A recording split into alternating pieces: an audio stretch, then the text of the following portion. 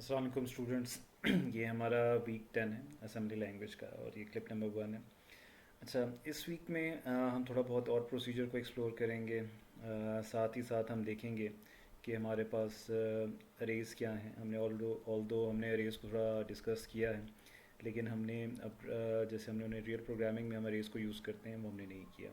और हम अरे में एड्रेसिंग का कॉन्सेप्ट भी हम डिस्कस करेंगे आज ही के लेक्चर में। हमारा जो लास्ट लेक्चर था उसमें हमने मल्टीप्लिकेशन किया था, डिवीजन किया था, फिर इन द एंड हमने इनपुट प्रोसीजर भी किया था और फिर हमने एक एग्जांपल की थी जिसमें हमने इनपुट प्रोसीजर से वैल्यू ली थी और फिर हमने एडिशन की थी। तो अभी हमारे पास बेसिकली क्या है, हमारे पास बेसिकली आउटपुट प्रोसीजर अभी तक मिसिंग है, and that is decimal output. Decimal output basically क्या है, क्योंकि हम जो वैल्यूज़ हैं हम हमारे लिए डेटा इनपुट और डेटा आउटपुट डिफरेंट है अगर हम कंपेयर करें प्रोसेसर के लिए। और जब हम प्रोसेसर से बात करते हैं तो प्रोसेसर अपने तरीके से डेटा को प्रोसेस करता है।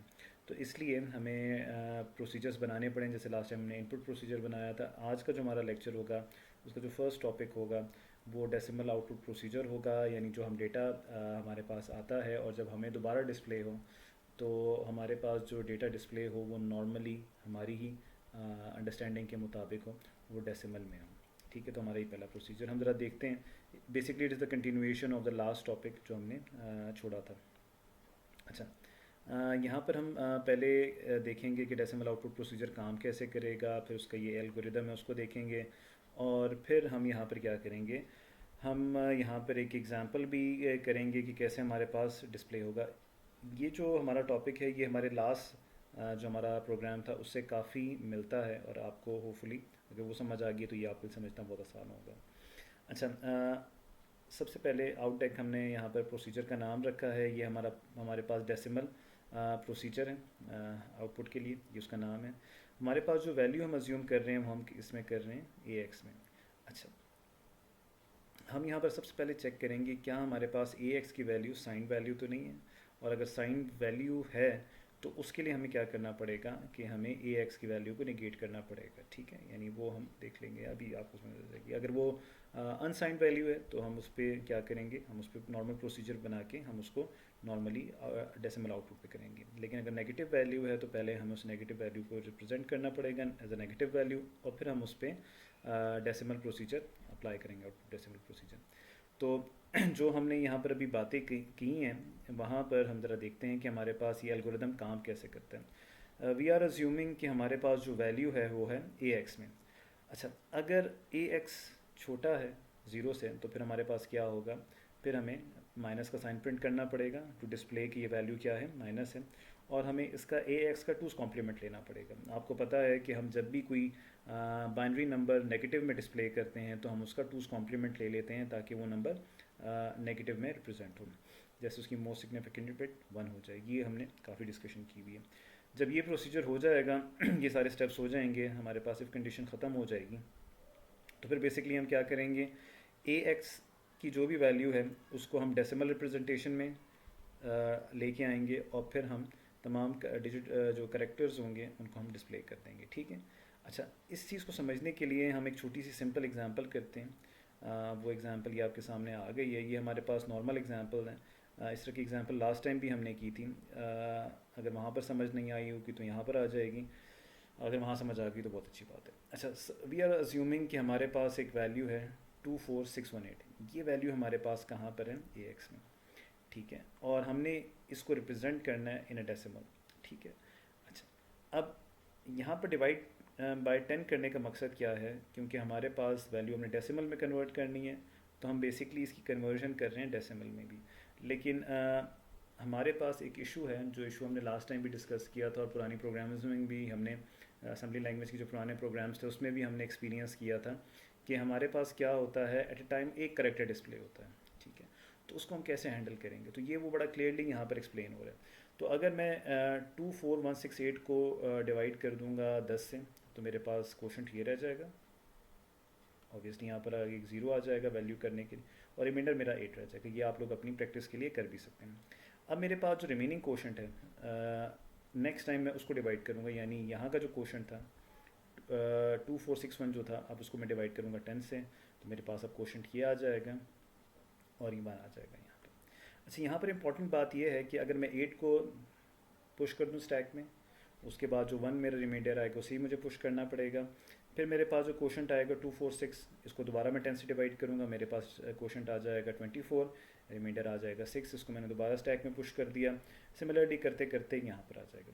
अच्छा, अब जब मैं इसको, अब मेरे पास ये अलग-अलग ये 2 4 6 1 8 जो हमारे पास वैल्यू है, इसको अब मेरे पास ये 2 4 1 6 ये इसी ऑर्डर में होगी। अब टॉप ऑफ द स्टैक में क्या पड़ा हुआ है, 2 पड़ा हुआ है। जब मैं पॉप करूँगा तो सबसे पहले मेरे पास 2 आएगा, फिर 4 आएगा, फिर 6 आएगा, फिर 1 आएगा, फिर 8 आएगा।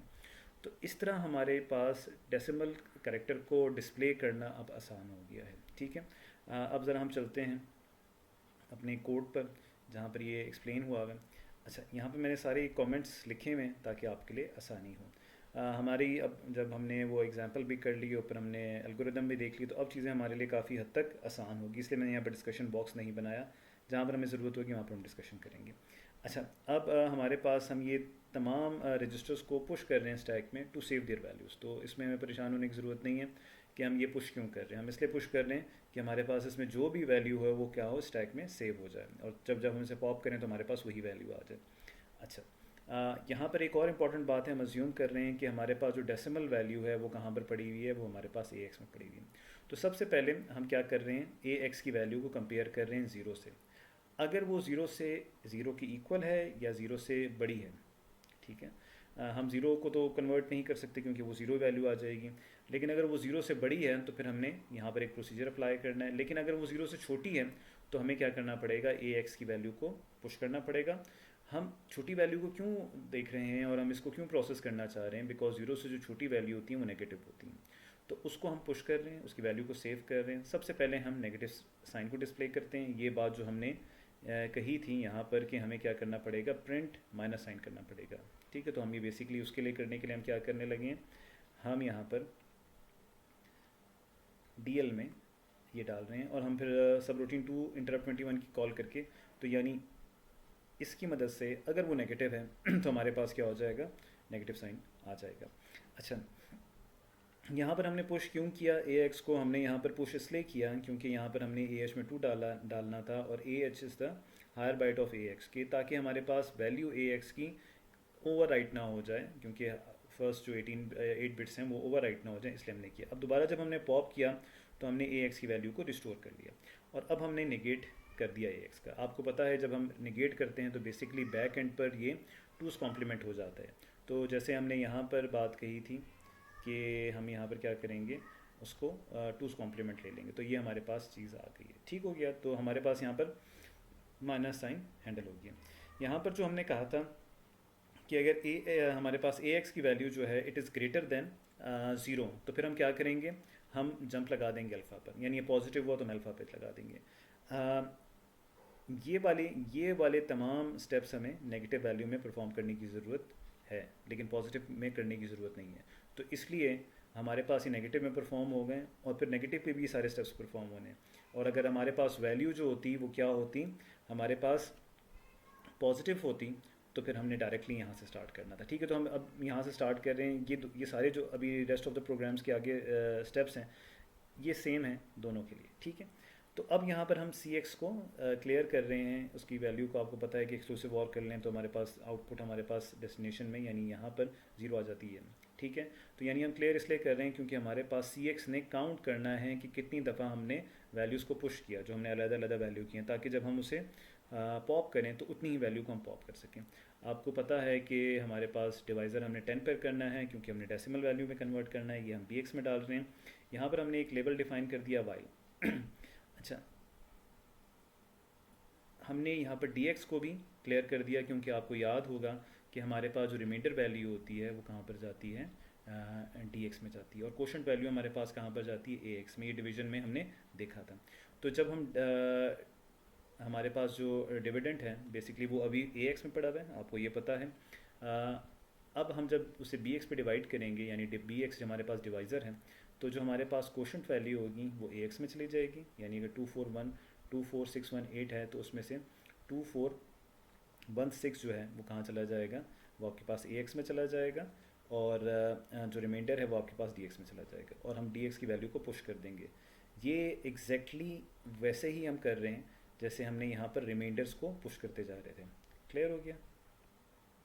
अच्छा, तो हमने यहाँ पर क्या कर दिया, हमने रिमाइंडर को पुश कर दिया। क्लियर हो गया? और जैसे ही हमारा ये काम हो गया हमने यहाँ पर इंक्रीमेंट कर दिया। ठीक हो गया? अच्छा, यहाँ पर हम अपना क्लिप नंबर 1 एंड कर रहे हैं, हम यहाँ से कंटिन्यू करेंगे क्लिप नंबर 2 में। Thank you.